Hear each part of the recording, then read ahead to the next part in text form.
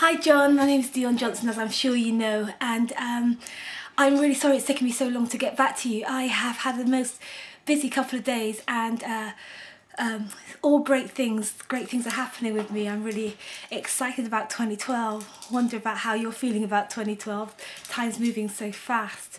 Anyway, listen, the reason I'm making this video is that we've been having a conversation on my Facebook page.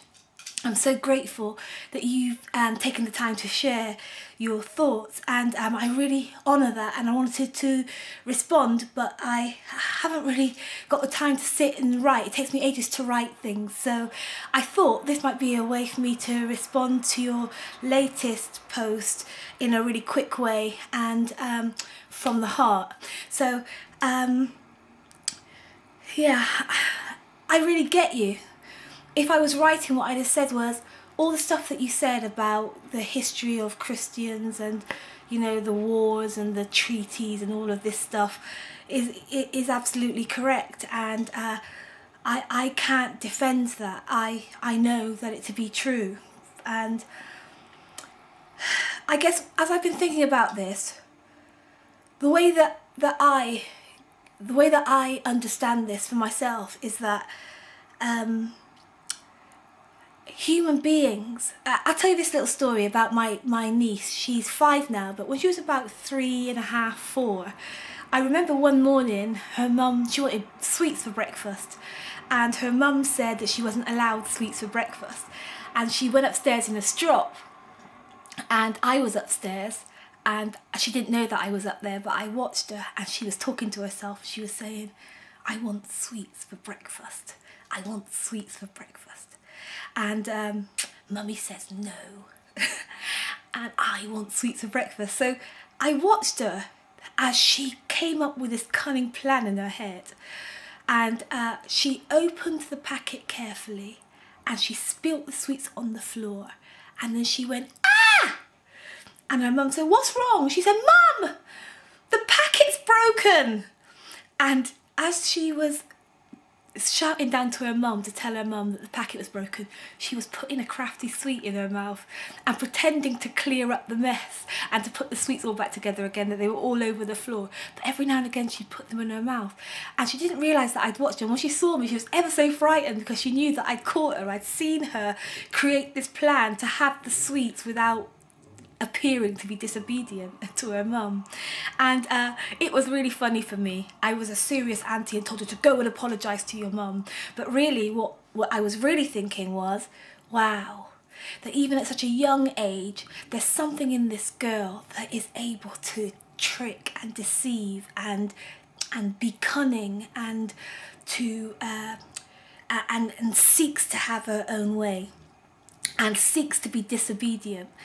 And I really took that to heart, because I think when you describe in your post about how we mess up, you know, how we make a big mess of everything, the planet's in a mess because of us. It's because I think of this need to have our own way, to satisfy and gratify ourselves, to feel and to extend our own power. And so when you describe all the instances that you have, like the wars, and you know, I'm not very good historically, but you know the kind of things that you talked about on the Facebook page, I see it's not so much as a church or a religious or a Christian thing. I see it more about a human thing, a human power struggle, a human need to exert himself, or to have his own way, or to exert his own power, and that's happening in the church, and it's happening outside of the church. I think it's happening amongst mankind, and that's not for me. What I've realised, I saw it happening in my own life. I wasn't creating wars, and I wasn't doing it in the name of Jesus or a religion, but I had my own battles going on, and it was a whole power thing. Like my lack of power, my lack of self-esteem meant that I manifested stuff in different ways and caused I had my own little world wars, my own little battles going on. And what I've come to the conclusion is, that it's whatever our cause, whatever we're fighting, whatever we're doing, if we're doing it outside of the way that God has called us to do it, if we're living away from his statutes and away from his laws, then this is what it boils down to. People get hurt, people get, killed even, people get damaged, our planet suffers. So I don't know if I'm making any sense. All I know is that I know he's real, and I know his way works, and I know that we use his name to sanction all kinds of rubbish, but that's not up to him, that's up to us. That's what we do, not him. And I found his way to be perfect, and I found his way to be love, and that love is changing me, and the process isn't an easy one, but I allow it because I believe in it.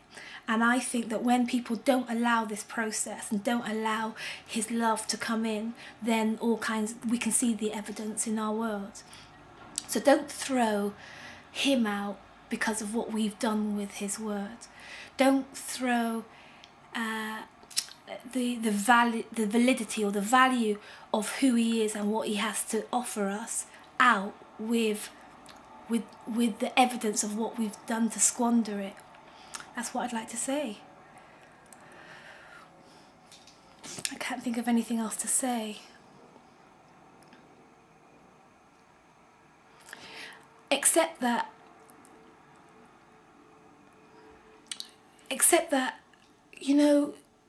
I used to think the same way as you, and I used to think those religious people were just nuts, and to a large extent I still think that.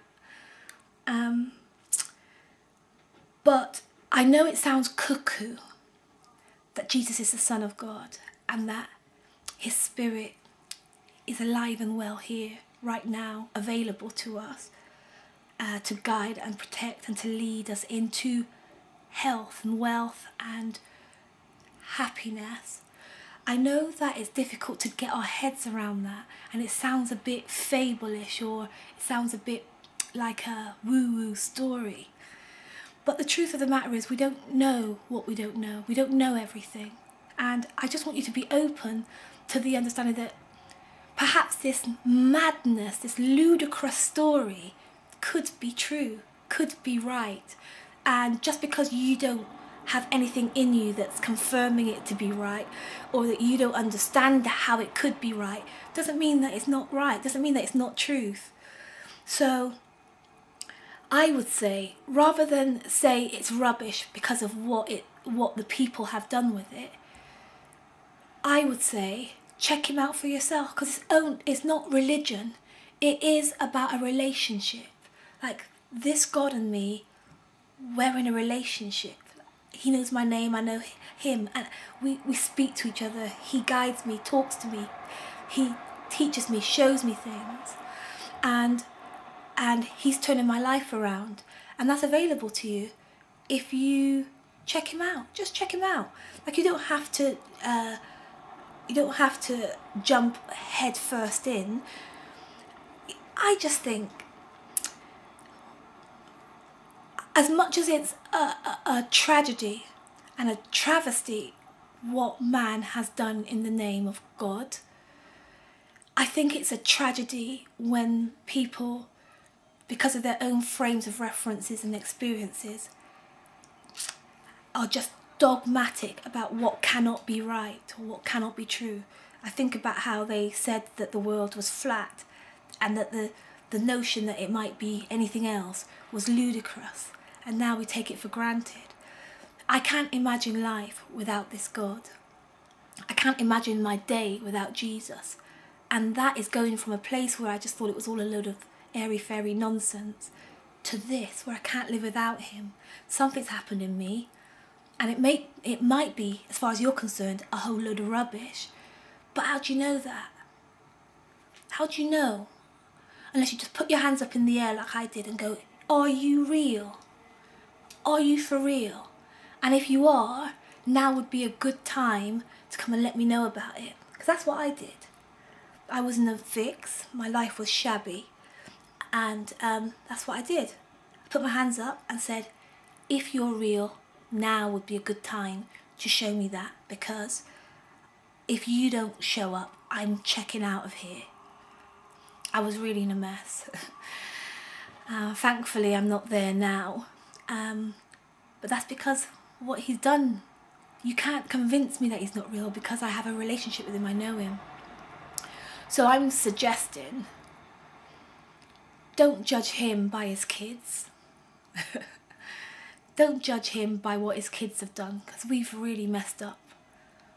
But he never messes up. Really, he never messes up. And he's available if you want to get to know him for yourself. Okay? I really hope this helps, John. I honestly don't know what else to say. I don't want to get into arguments about which treaty and which war, because I don't know enough, and I just accept that we've messed up. But he never does. Catch you later. Bye.